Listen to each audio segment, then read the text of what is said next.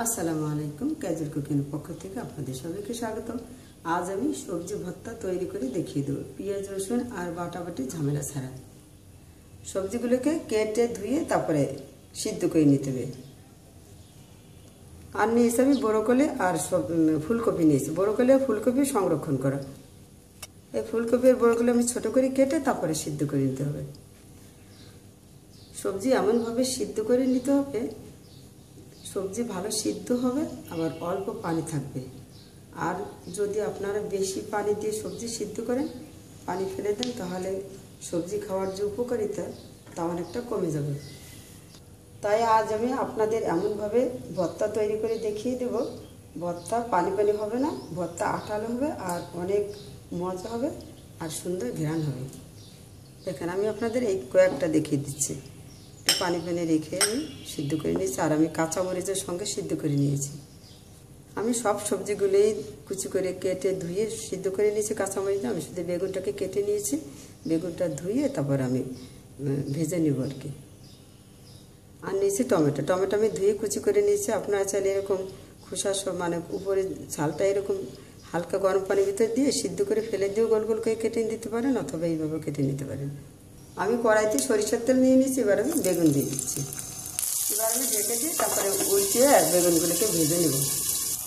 ঢাকনা উঠে আমি বেগুনগুলোকে ভেজে নিলাম। বেগুন ভাজা গেলে নামিয়ে তারপরে টমেটো একইভাবে বেগুনের মতো করে ভেজে নেব। এবার আমি একটা একটা করে ভর্তা তৈরি দেখিয়ে দিই। 1 চিমটি সরিষা আর জিরা আর রাঁধুনি। এবার আমি বই ভর্তাটা করে নেব। এবার আমি নেড়ে চেড়ে ভর্তাটা তৈরি করে নিচ্ছি।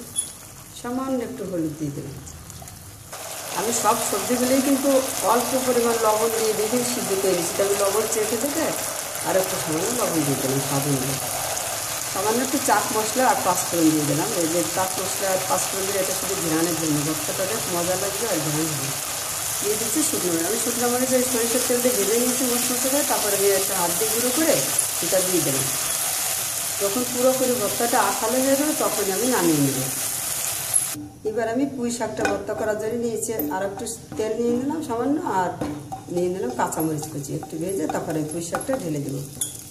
দিয়ে দিচ্ছি 1 চিমটি জিরা আর সরিষা। নেড়ে চেড়ে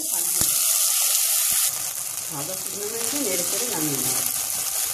এবার আমি তেল দিয়ে দিলাম আর করলাটা দিয়ে দিচ্ছি। করলা এরকম আস্তেই থাকবে, শুধু এই যে পানিটা আছে পানিটা শুধু একটু শুকিয়ে নেব। করলা আপনারা চাইলে এইভাবে যখন পানি শুকিয়ে যাবে তখন আপনারা এইভাবে ভর্তা বানিয়ে নিতে পারেন, অথবা এইভাবে নামিয়ে নিয়ে তারপর আপনার হাত দিয়েও আপনারা ভর্তা করে নিতে পারেন। দেখুন অনেকটা নরম, পুরোপুরি নরম হয়ে গেছে। পানিটা শুকিয়ে গেলে আপনারা নামিয়ে হাতেও ভর্তা মাখিয়ে নিতে পারবেন, অথবা আপনারা এইভাবে ভর্তা মাখিয়ে নিতে পারবেন। একইভাবে আমি ভেন্ডিটাকে এইভাবে করলার মতো ভেজে মানে ভর্তা বানিয়ে নেবো। আমি শুধু কাঁচামরিচ দিয়ে দিলাম ভেন্ডিতে, মরিচ দিয়ে দিচ্ছি। আপনারা যখন ভেন্ডিটা সিদ্ধ করবেন,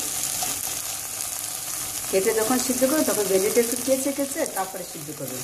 তাহলে কিন্তু ভেন্ডির এই যে আঁচটা লম্বাটা এটা হবে না। দেখেন ছোটো ছোটো থাকবে, অনেক সুন্দর তাড়াতাড়ি সিদ্ধ হয়ে যায়। এভাবে দিলে ভর্তাটা মানে ছোটো ছোটো হয়ে যাবে।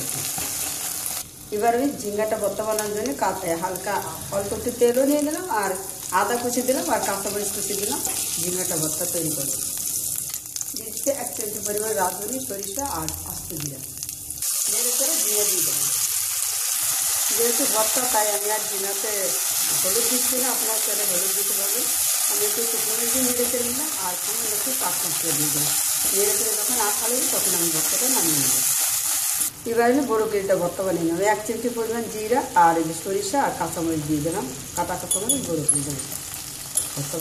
ভাজা বেগুনের সঙ্গে যে ভাজা টমেটো ভেজে নিয়েছিলাম, একটু বেশি করে ভেজে নিয়েছি, তাই আমি 2 টুকরো দিয়ে দিলাম, 2-3 টুকরো। আর একটু ধনিয়া পাতা কুচি দিয়ে দিচ্ছি। এবার আমি বরবটিটা ভর্তা করার জন্য দিলাম জিরা, কাঁচামরিচ আর সরিষা আর ধনিয়া পাতা।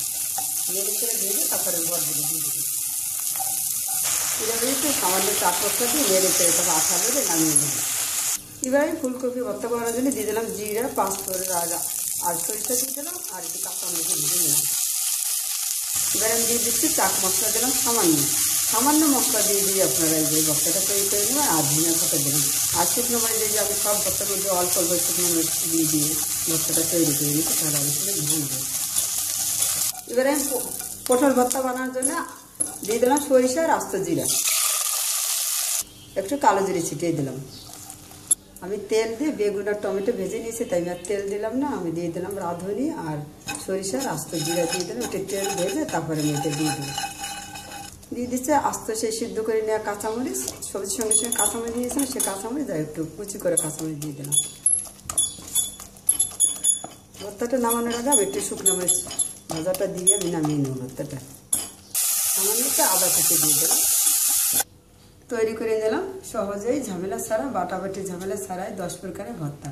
ভিডিওটা দেখার জন্য আপনাদের সবাইকে ধন্যবাদ। ভালো থাকুন, সুস্থ থাকুন। আল্লাহ হাফেজ।